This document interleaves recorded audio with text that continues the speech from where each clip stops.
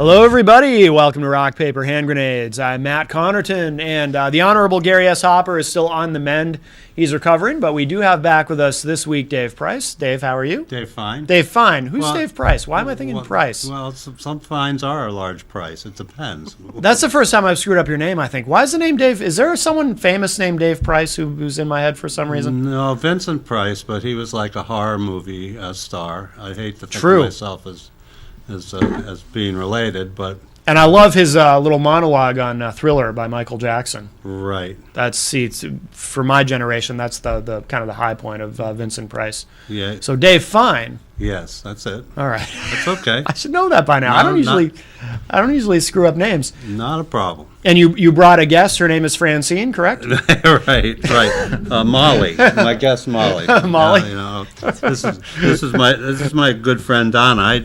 I've been, I don't know, 3 or 4 shows now. I've been here, and all the shows we've talked basically about my area of expertise, which is drug addiction and recovery from drug addiction.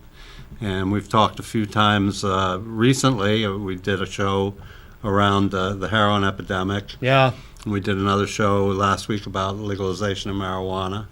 I think the first show I was on, I talked a lot about my own background, and it was about me. Right. And there's nothing thing wrong with that. But no, I'm just. but essentially, what we talked a little bit about last week was this whole idea of advocacy and how I feel that it's very important, and there's a movement afoot because of a movie called The Anonymous People that is about coming out as a recovering alcoholic and drug addict publicly, and letting people know that that addiction is a disease, that treatment is available, and that there are people all over the place who are in recovery from drug addiction, alcoholism, food problems, and many other forms of addiction.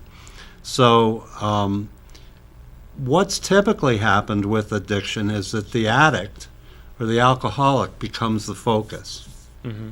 And unfortunately, what that does is a couple things. One of the problems about being an addict is that it's all about you, getting your drugs, getting your booze. It's all me stuff.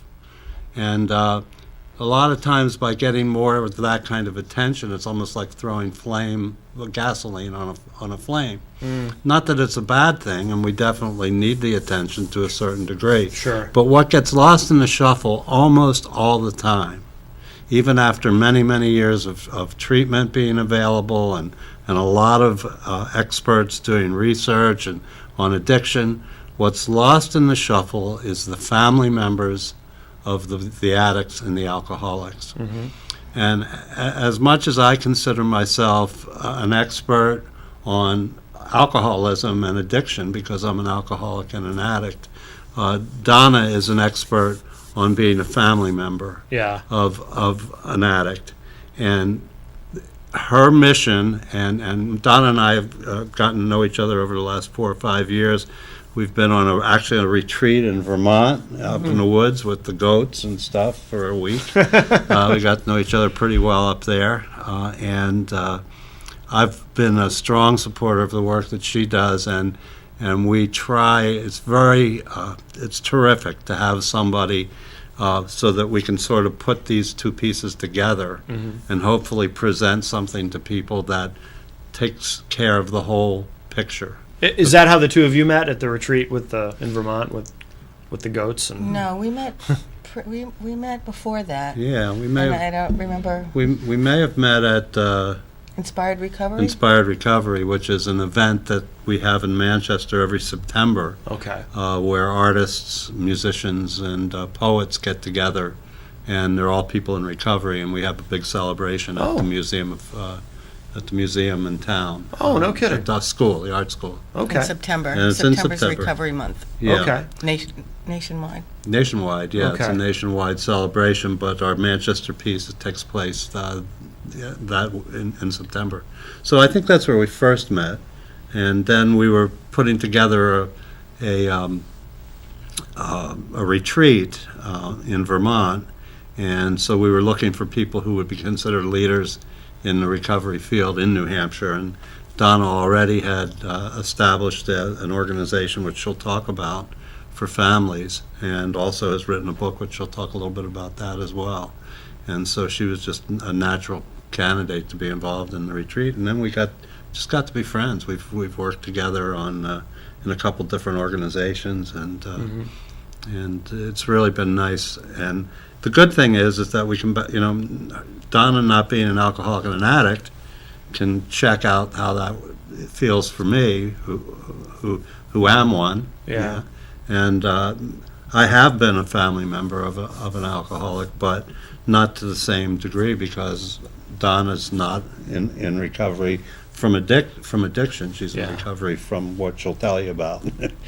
But it's interesting what you said about how the family members get kind of left out, because aside from I've always heard like AA, they encourage family members to go to meetings and get involved. I think it's AA that does that, but to al-anon. But beyond that, I never hear anything about any of these organizations really encouraging family members to be involved in some way. So it makes sense to me that because you don't hear about that part of it, that family members do get left out, because obviously you're carrying quite a load when you're when you have a family member in your life whom you love and care about. You care about their well-being and whatnot, and obviously their actions affect you. We often get shunned by the community, and people. When I go out and speak, I often tell that when people found out that my son was using drugs, people didn't bring over casseroles or dinners or anything. They didn't do fundraisers to support us, to help us, or anything to help support us emotionally. They kind of walked away, and that's what typically happens. Really? And that's why people keep their secrets. We become very sick when we keep our secret, and it's very common because of that fear of being blackballed in our community or by friends. Or it's amazing what people say, how hurtful they can be. Why do you think that happens? I think they're not educated. I don't believe that people understand that it's a disease. I didn't understand it was a disease. I thought if he could stop if maybe I loved him more, or I bought him more, or I basically was making myself a human pretzel to accommodate this child's wants and needs, and until I got educated. Yeah. And that's what it comes down to. We all have to become educated. Yeah. How long have you been involved in this? Well, my son was used for about 10 years, and 8 of the 10 years I was just pretty much in bed. Not the whole 8 years, but for quite a long time. I kept my secret. I hid in shame because of the stigma. And the last 2 years, I was sick of being sick, and I just started to take care of me, and did it. And I went to different groups that they didn't quite work for me because I wasn't ready. I wanted the answers, and they didn't have the answers for me. Sure. So I went off and did my own thing, started taking care of myself, and then eventually I ended up writing a book and called Peeling the Onion, and it's my journey of what I learned and how I healed. And then about a year and a half ago, I founded a group called Family Sharing Without Shame. Okay. And we have a meeting at Thursday nights at Concord Hospital from 7 to 8:30. And I just opened up a second chapter in Franklin. Wow. At good. Franklin Region Hospital on Monday nights from 7 to 8:30. Yeah. Do you feel like there's progress? I mean, looking at it objectively, how do you feel looking back on? I think what's happening with this epidemic throughout our country, and it's hitting middle class and upper middle class. That so many people are affected by it, that change is coming. Unfortunately, it's not fast enough. We don't have the resources in New Hampshire, and we have so many people that are looking for a bed or a facility to go to, and there's just not enough. Yeah. And our children are dying. Yeah. Do you see that a lot, Dave, where the people are kind of shunned, or families are shunned if they have someone in the family who's an addict? Yeah, I think so. But in terms of what Donna just said, it really resonated something in in my mind sort of an analogy that's analogous to this. I'm a big fan of documentary movies, and I watched one last night about Mississippi and the racial tensions in Mississippi. And the show was about a man that was punched in the mouth he was a freedom rider that went down, and he was punched in the mouth by a white racist Ku Klux Klan member. And 40 years later, they met together and they discussed what had happened when they were both young. One was 21, Wow. the white Jewish man from Wisconsin, Yeah. got punched, and the racist white gentleman from Mississippi punched him, and he was a 19-year-old kid that had been brought up this way. Sure. And so it was a fascinating hour and a half of two real extreme points of view. And the point I'm trying to make is there's an interesting thing that they were reviewing this with other members of the community. And the brother of Medgar Evers, who was killed, actually killed by a white Ku Klux Klansman, Yeah. said that changes were not going to happen in that black community. They asked if the white people coming down accelerated the problems, because that's the perspective from Mississippi point of view. And he said if the white middle class and upper middle class people had not come down and gotten involved and gotten hurt and gotten beat up and gotten all the attention, we would not have been able to have done what we were able to do, because as a minority that was looked down upon, nobody really much cared. Right. And I think drugs are the same thing. You know, when we talk about heroin epidemic now, we're not talking about inner city people running around with Uzis, and we're talking about the kids in Bedford, you know, the kids in Amherst, you know, it's gone up the social ladder. Sure. And so that it's becoming something of concern to upper class white people that they can't deny anymore. You can't look away and say we don't have a problem here when your next door neighbor's child dies from a heroin overdose. And that's Yeah. what's going on in epidemic proportions right now. It's a horrible thing.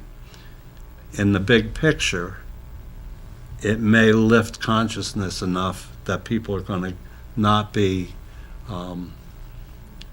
vague about all this and start to realize that we need to spend money in this state Yeah. so that people can get help when they need it, and hopefully the rest of the country. But we have a major problem with that. 49th out of 50 states in America in terms of doing anything to help addicts No and kidding. alcoholics. Wow. Yeah. And we're number 2 for the epidemic, and we're number 49 for resources Right. Wow. in our country. Yeah. No kidding. Yeah. So, excuse me. So when you say we're number 2 for the epidemic in terms of just drug use per capita, Yeah, we're yeah. no kidding. Wow. Yeah. So I wouldn't have guessed that either. I wouldn't have guessed either of those. Wow. What's the problem? Is it they just don't want to spend the money? The state government doesn't want to spend the money on it? Yeah, I think it has a lot to, personally, I think, without turning this into a political show, which I don't want Gary, I don't want to be usurping on his conservative empire here.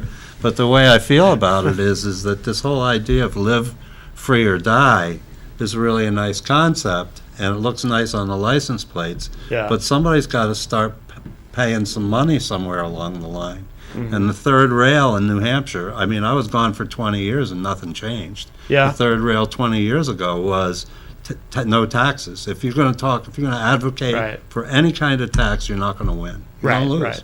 Yeah. True. Manchester Union Leader, everybody else that has anything to do with the establishment of this state was just going to shoot you down.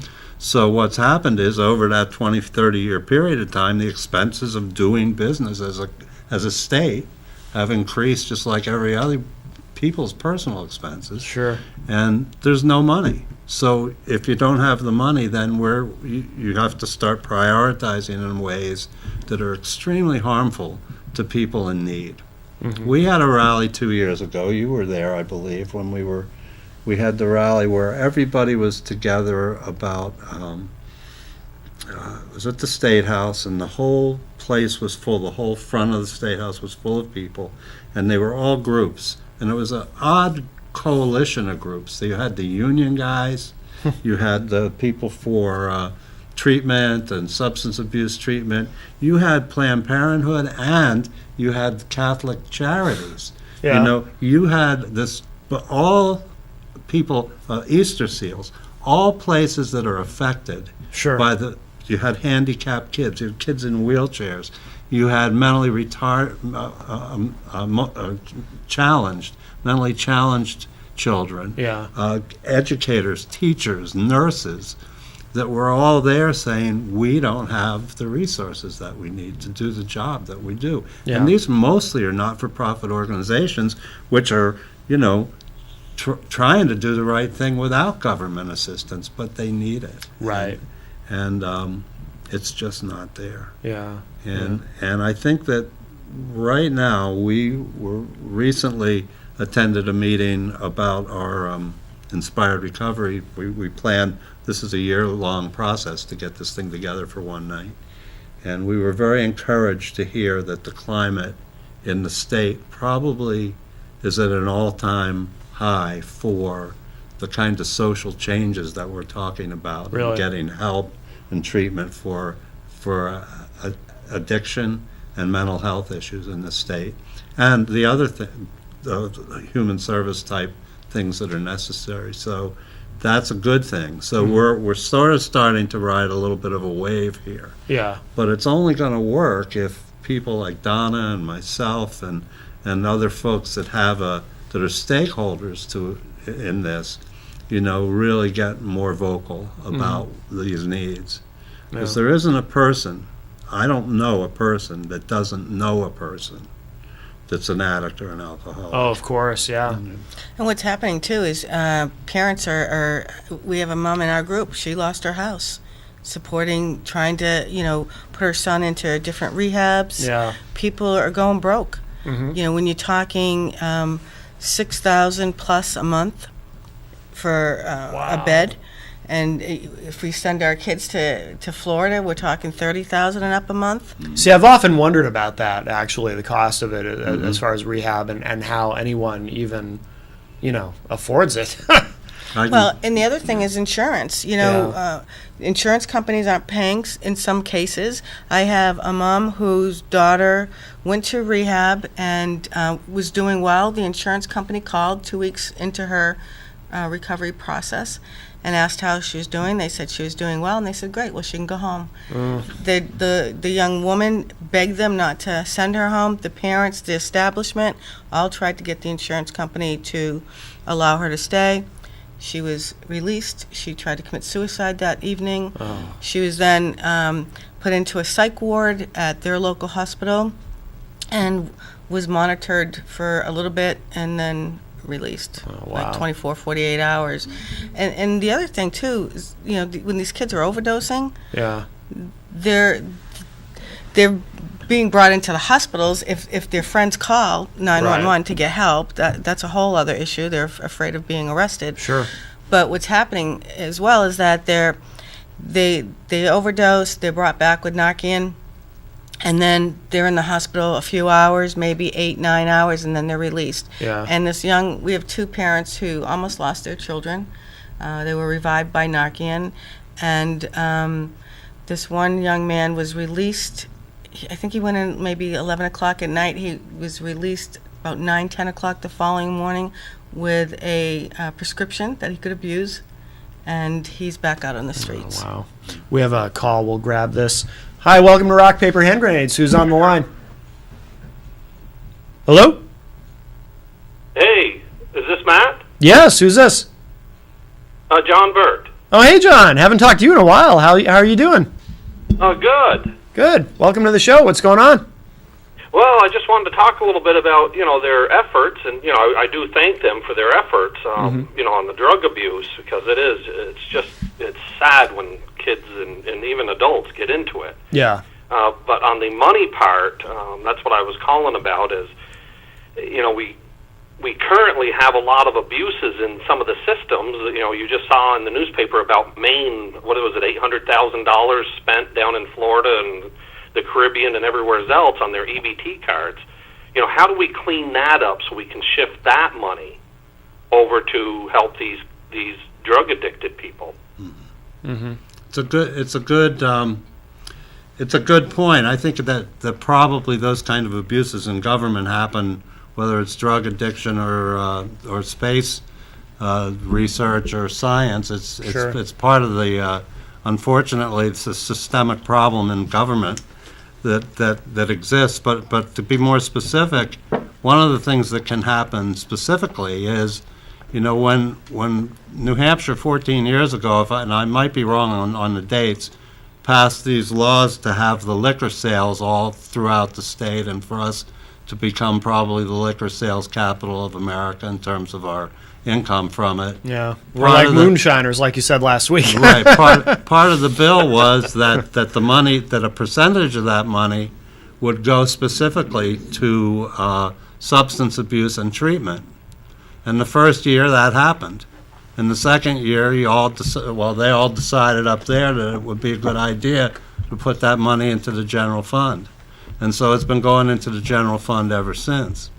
And the other thing that we talked about last week is the same idea would work quite well when we decriminalize marijuana, which is I believe going to happen if we turned it into a fine, and a substantial one, and that money went in to the Bureau of Drug and Alcohol to provide treatment and education on this problem. So there's some specific things that we can do about substance abuse and mental health, but the fraud and so forth, you know, that's systemic, and I don't really know the answer to that question. I wish I did. Donna's got something to say. I'm talking more. One of the things that I just went to a lunch and learn up in Franklin, and these people from Caddy, they're from the Plymouth area, and they talked about a program called Restorative Justice, and they showed a movie called Beyond the Broken Window. And the way it works, instead of having people being arrested for nonviolent type things, they have the community come together where they put together a panel, and the people, the victims and the perpetrator all meet, and they discuss what happened, and then they all make a decision on what the consequences are. And I believe by doing this up in the Plymouth area, they saved about $30,000 in overtime for their police department. Oh, interesting. So I think bringing something like that to every community, and then using it for people who have drug issues or mental health issues. If you look at our prisons, they're loaded with people with mental health or drug issues. Yeah. You know, they're not, so to speak, the criminal of, you know, it's the drugs that are leading them to that point of doing criminal acts, so they can supply their drug of choice. Right, absolutely. And if the program that you're talking about actually saves money, then that's something that someone like John Burt, you could probably get behind, right, John? I mean, as a conservative, if it's something that saves money instead of wastes money. Absolutely, and that's what I was thinking, is how do we, you know, go from point A to point B where we really need to be, you know, without stressing the taxpayer anymore, because they are stressed right now. And you know, real briefly, I'll finish on this, is, you know, I don't know if you saw the Rolling Stones, you know, they picked on Vermont about being the heroin capital of the country. You know, and they used the maple syrup can. The image of a guy that's maple syrup in, you know, shooting up heroin. I know a lot of people find that, you know, pretty upsetting. But, you know, they have a ton of programs, and they're the #1 heroin capital of the country. So, I mean, you know, I just don't know what the answer is, but we do need to find it. And, you know, I really appreciate you having this dialogue tonight. Well, I really appreciate you calling in, and that's the kind of thing we really like to do, is spend time talking with folks that have some decision-making power up there, and so we all want our kids to be safe and healthy, and exactly, and no matter what our political leanings are. Yeah, absolutely. John, thank you so much for calling. I appreciate it. It's good to talk to you. It's been too long. Thanks, Matt. All right, John, take care. I think one of the things that I'd like to address too is, it's not just heroin. Yeah. People, a lot of this is prescription drugs. Sure. People who are addicted is because they had a sports injury or a surgery, and they're susceptible to the disease of addiction. And then became addicted. And you hear about doctor shopping when people get addicted to prescription drugs. And Right, and yeah. then the pills are expensive. I believe Sure. they're $30 to up to $80 a pill. And so what do? You go to heroin because it's cheaper. Is it because, I mean, are we hearing so much about heroin right now because of it's been a big spike, right? Like here in New Hampshire in terms of heroin use? Well, yeah, it's because it's so cheap. And one of Okay. the other things that I think you're hearing about the overdoses is that it's being laced with fentanyl. Really? Now, I've heard of fentanyl. I don't know what it is exactly. It's a my understanding is that it's a patch and it's a gel, Okay. and it's basically used for cancer patients. So somehow they melt it down, put it in with the heroin, but there's some people that I've heard that just eat the gel right out of the Wow. packet. Like Yeah, the- yeah. Jeez. What's going on is, OxyContin's came out, and We actually, Dave, hold that thought if you don't mind. We have another call. okay. Hi, welcome to Rock, Paper, Hand Grenades. Who's on the line? Hi, my name is Chuck. I'd like to make a suggestion who should pay for some of these programs. Mm-hmm. Since we're the only state that have state-owned liquor stores, which is very much like a monopoly, I would propose that the distributorships, along with the state-owned liquor stores, pay for these programs. But just a suggestion. Oh, it's an interesting idea. Thank you very much for the call. Bye. Bye-bye.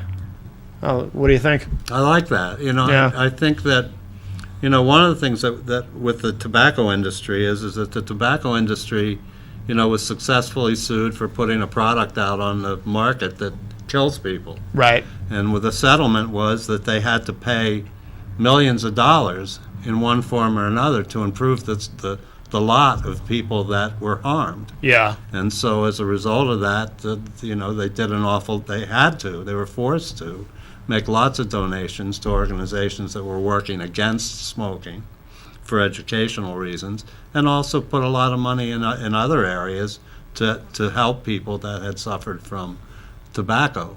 We know that alcohol kills people. I mean, it's probably the leading killer in terms of substances. Sure. And yet, it's legal, and we tax it. And obviously the liquor distributors, why not have Bacardi kick into a fund, or Smirnoff, or, what's his name down there, Johnny Walker, and, Yeah.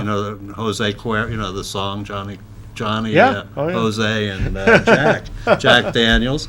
But really, why not have those people create a fund to deal with addiction problems, and substance abuse and mental health in the state, especially where we're making, I don't know how much money we make from liquor sales, but I know that it's substantial. A lot of money. Yeah. Substantial. Right. Yeah. Well, we've got those stores right on the highway for a reason. And I think only one year it was completely funded, 100% funded. Yeah, Really? first- Yeah. Well, the But first, other than that, it's yeah, that was part of the sweetener that was put into the bill to get it passed, to do what they're doing, to say, okay, well, we're going to help people with this money. And it just didn't go that way. Well, the same thing is true with lottery. The lottery is, again, it's a sin, called a sin tax, or Right, yeah. however people perceive it. Yeah. It's gambling. And, so much of this is going to go towards education. You always hear that. I don't really know how much goes to education. I don't know if anybody does know, and I'm sure that probably some does. But, when you think of how much money comes in from those scratch cards, Oh, sure. Yeah. and it's like, they put these little things in there to sweeten it, so it'll make it more palatable to people that are against gambling and, Right. and drug addiction and alcoholism. Right. And then it's easy to pass that law and then change your mind a year later. Yeah. And that seems to be what's happened here. And, it's too bad, because the people that suffer are, again, to take this out of the macro political thing and just say, we're talking people's lives here. It's, and I think we lose sight of that a lot, that, with by building it up as some sort of a political football that we're going to kick back and forth between right and left. And, like I said before, we all can agree that we want our children to be safe. Yeah, absolutely. And I didn't know that, what John had said about Vermont. I had no idea. So they're number one as far as heroin use per capita? Vermont's problem is so serious that the state of the state address by their governor was completely on substance abuse. Really? The whole hour. Yeah. Wow. Yeah. No kidding. And that made national news because of that. I don't know how it got by me, but it did. I had no idea. How long have they been in that position? Do you know? I don't know. My husband and I went up to there's a movie called The Hungry Heart. Yeah. And it's about this family physician up there who ran a Suboxone clinic.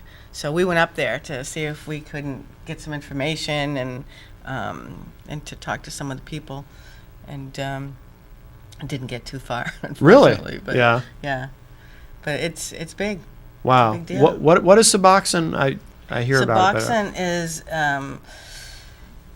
it's a synthetic heroin, and it's like methadone. Like the methadone clinic concept. So, okay. Yeah, on that idea. So it's a medical detox. Gotcha. However, they still have to detox off of methadone and Suboxone at some point, and I've heard that that's not always pretty either. Really? Okay. It can be tougher.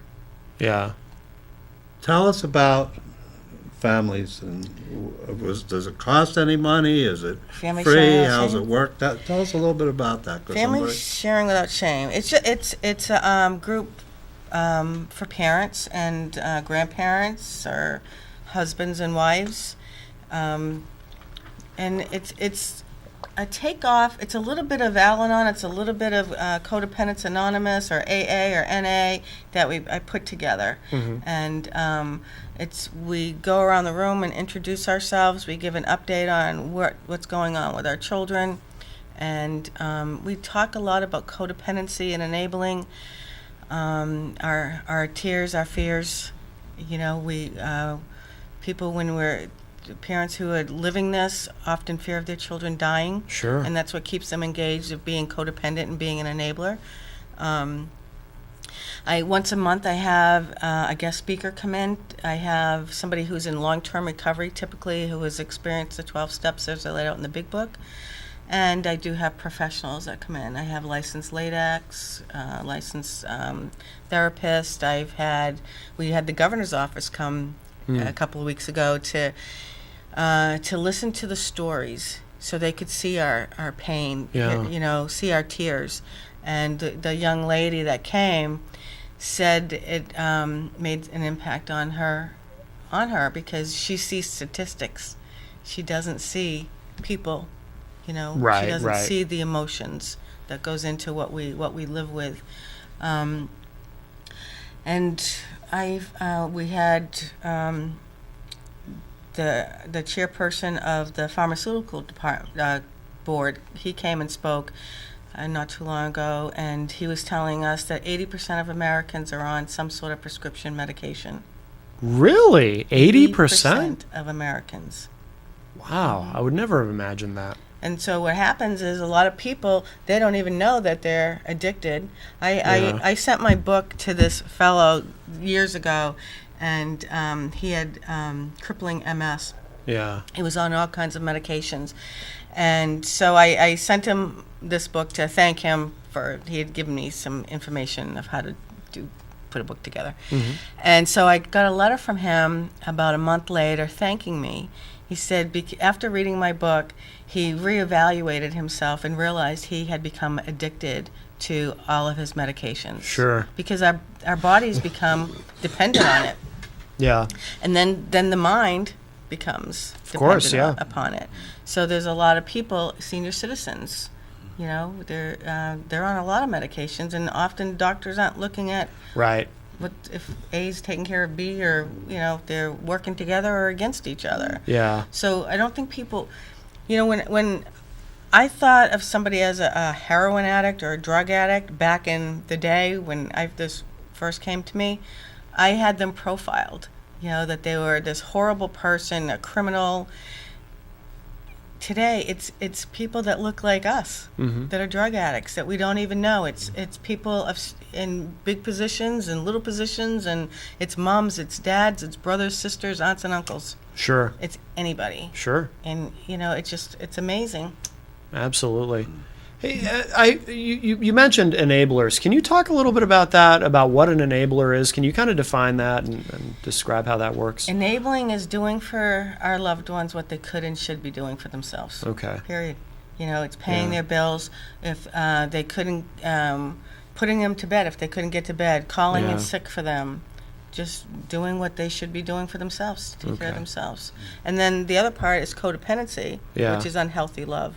It's when we put that person's every want and needs above anything else. Okay. And we become obsessed. My son became my drug of choice. I was addicted to saving him from doing drugs and drinking alcohol. I was trying to save his life, and he became my drug of choice. And I can see how, I've never been in that position, but I can see how easily that must happen. Because obviously if you're a parent and you love your kid and you want to help them any way you can, and it's probably difficult while it's happening to be cognizant of, when you're going through that, you're not thinking, okay, well, I don't want to be an enabler, I don't want to be codependent. I assume all you're thinking about, at least in the beginning, is I got to save my kid. Right. And what happens, it's a little bit at a time, and all of a sudden one day you wake up and you're so emotionally sick. I learned to live in dysfunction with this child. Yeah. And so I had to start to take care of myself. Yeah. But it doesn't happen like, boom, one day you wake up and, I have a child who's a drug addict or an alcoholic, because they lie, and they're great liars. Sure. So I believed him. He would look in my eyes and swear on my soul that he wasn't doing what I thought he might be doing. Right. And I as a mother, I wanted to believe that. My son would never stick a needle in his arm. He was afraid of needles. Sure. He went to a private Christian school.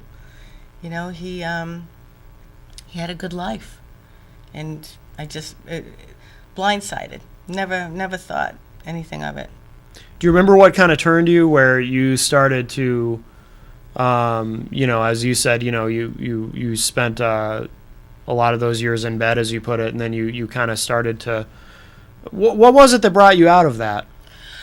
Actually, I spent a lot of time in bed or on the computer, and because my heart was breaking, I could feel it literally breaking. And there were days that I thought, if I don't die of a broken heart, I'm going to end up in a psych ward. It just, my body hurt, and to be awake or, in tune to life was painful. Yeah. Through that time. So it was easier to go to sleep or try to, distract myself.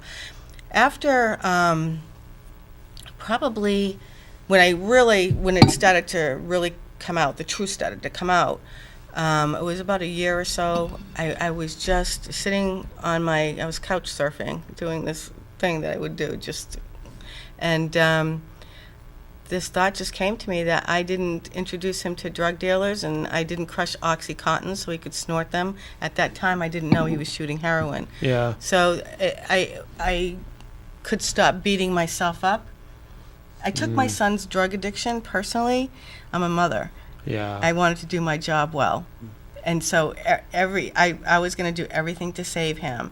And so when I realized, I didn't cause this, I loved him no different than his brother. But at that moment, I also realized I had a secret.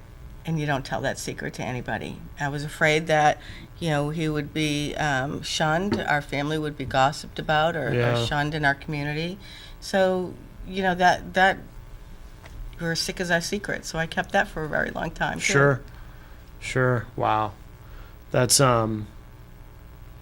is your story when you talk to other parents, is that really kind of typical? Is that what happens to most people, as in terms of the cycle of getting into that, the enabling and the codependency, and then finally kind of I don't know if snapping out of it's the right way to put it, but kind of realizing what's really going on and what has to be done? What happens is where parents are coming to the meeting, they come in looking for the answers, and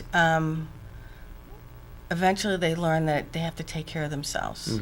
And that's where I came into, when I started to come out of it and start to get some clarity and started to heal and started to learn about codependency and enabling, I realized one day that I had a choice to get healthy or continue to be toxic. I was participating in what I call a toxic dance. Okay. My codependency, my enabling, we were toxic to each other. And so I realized that I needed to get help emotionally so I could heal. In the event that he went to 5 different rehabs, that if one of these rehabs worked, that he would have a choice whether he could be around me, because I'd be a trigger or I'd be toxic, because I had the same old behavior of what are you doing, who are you with. I'd be following him, I'd be going through his stuff, I'd be calling him all the time. I became obsessed. So I had to work at making a lot of changes, and what happens too is I have a sober child. He's doing really well in life, but we often forget about them. Yeah. Because we're so busy, and they're hurting, and they've been duped, and they've been lied to, and they've been stolen from. So it's really important that we don't forget about them. Right. Because then some of them may start acting out because, some attention, whether it's negative, is better than no attention. So. Right. Dave, in the work that you do you deal a lot with family members, or is it mostly with the addicts themselves? Actually, I'm pleased to say that the treatment center that I work for, Insight to Recovery in Boynton Beach, Florida, has a wonderful family program. That's good. And we expect a commitment up front before we accept a client that family members will be involved in their treatment. Okay. And so we're very careful to make sure that that's a contract, it's a verbal contract with the family, that they need to be involved in this because it's a family illness. Yeah. And it takes, where I work takes a 12-step approach. It uses al-anon for families. We don't have your organization in Florida yet. We will, but and it's very important. So yes, and most, frankly, most treatment centers are. If you read all the literature, they say they have a family program. Some do, some don't. But when it comes down now, more and more that people are sort of contracting with the families before accepting their clients. So there's progress there. It sounds like it's definitely progress. Yeah, good. Because you really can't do one without the other. You can, but family support is so important. Yeah. And it's so important also that the family gets well. When you say the family has to participate, what does that entail for the family? In our facility, we have a monthly family weekend, and the families come in, and they spend. I think the first one that they did, they'd come in like Thursday night, and it'd be Friday, Saturday, and Sunday. Spend 2 full days with the staff and with people educating around. The al-anon does come in and speak to the parents. The therapists take time with the parents. The parents and their children work together, or Sure. husbands and wives, or however it works out. They're in that 2 days together also. So it's apart, separate, and it ends up with a really great cookout, great food, nice music, and really lots of hugs and tears. It's a wonderful thing to see. So it's really what it's all about. Do most families? When they make that commitment, do they understand what they're really kind of in for? Do you think, or are some of them a bit surprised at how intensive it all is? I don't think. I think that really the mindset is that Donna used the words, you go to rehab and get fixed. It's like taking your car to the mechanic, Yeah. and it just does not work that way. Right. And so the family has to learn that they can't fix this. There's nothing they can do Sure. to fix it. They can only fix themselves, and then they can learn as much as they can about the disease and the addiction, but that really it's an inside job for the addict to change. Yeah. And so nobody gets fixed in Right, a right. treatment center. And it sounds contradictory because we say treatment, so we're going to treat it and it's all done.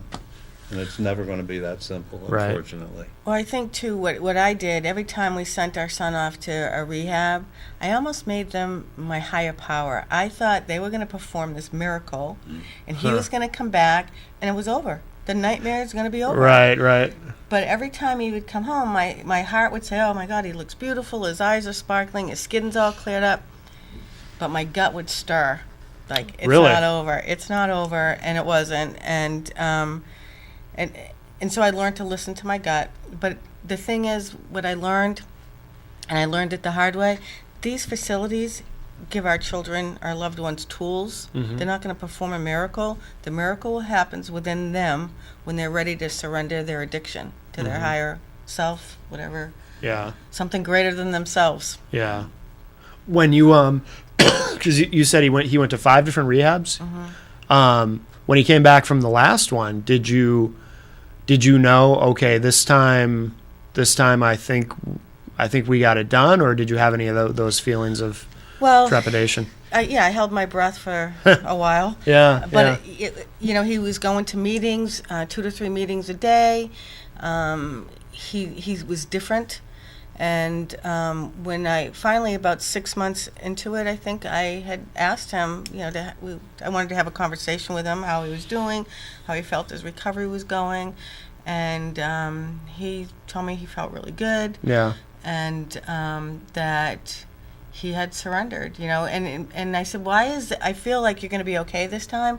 What's different? And he said that he had a conversation with the addict self in the mirror, and I didn't ask what was said, and he said he felt the negative energy leave his body that night. Wow. And he knew he was going to be okay. He did a lot of praying. He used Louise Hay's book, You Can Heal Your Life, by doing positive affirmations. Sure. So he just, and then he found people who were in long-term recovery, and some of the old timers, and then he's completed the 12 steps that are laid out in the big book. Yeah. And even though I'm not a drug addict or an alcoholic, I've also experienced 12 steps as they laid out in the big book. I've done the same work that my son did. And I Okay. think it's really important for parents to do what their children have to do in order to live in a sober world. Right. Right. We only have a little bit of time left, but you mentioned that word surrender. He had surrendered. Can you talk about that word surrender? Because I hear that is it the surrendering to the kind of admitting that I'm powerless over this addiction? Is that what you're talking about when you use that word? Yeah, that our lives or their lives have become unmanageable. Yeah. And they surrender to a power greater than themselves. Yeah. And get on their knees. I mean, Yeah. it's the same work. I did it. I got on my knees and I'd pray. I used to pray to God to take me, give my son back his life and take me. Yeah. And that didn't work out. So Right. here I am. But I don't know. You have to want it more than anything else, right, Dave? Yeah, we say the traditional 12-step model uses a higher power.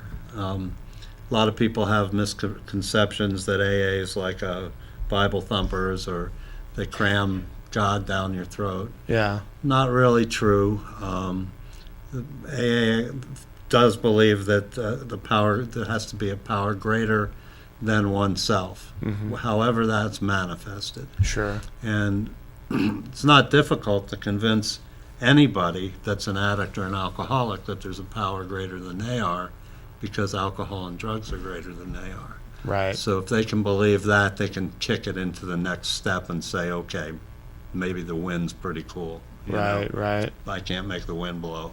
Right. Or however you want it to go. But that's all you really have to do. But surrender, basically, from that school of thinking. And again, I want to stress that the AA and 12-step programs are not the only pathway to recovery. They're one of them, and a very strong and successful one, but there are many forms of recovery and many ways to get there. Yeah. But that surrender, I think, is necessary no matter how you do it. You have to, at some point in your life, say, I can't do this anymore. I've had it. So Yeah. enough is enough. And Yeah. that, I mean, for me, that's the way it worked. It was like it's called a gift of desperation. Okay. Had enough.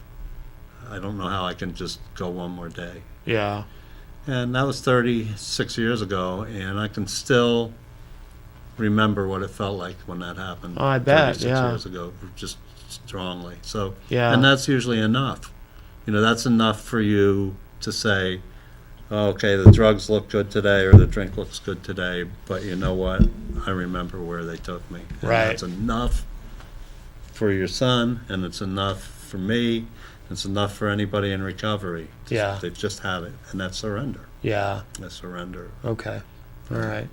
Well, we're about out of time, but this has been great, and I want to get both of you, Donna, if you want to go first, just tell us where we can find online, how people can get in touch with you if they're interested in, and where to get the book too, of course. The book, Peeling the Onion, you can get it on my webpage at www.peelingtheonion.co or on Amazon, and it's Peeling the Onion by Donna M. Okay. And they can reach me at peelingtheonion@comcast.net. Okay.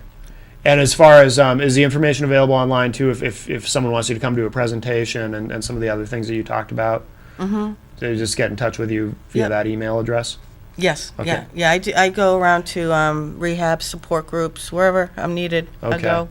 Great. No, that's fantastic. And Dave, how do people reach out to you again? Well, it's 603-657-5580. It's my number, business, home.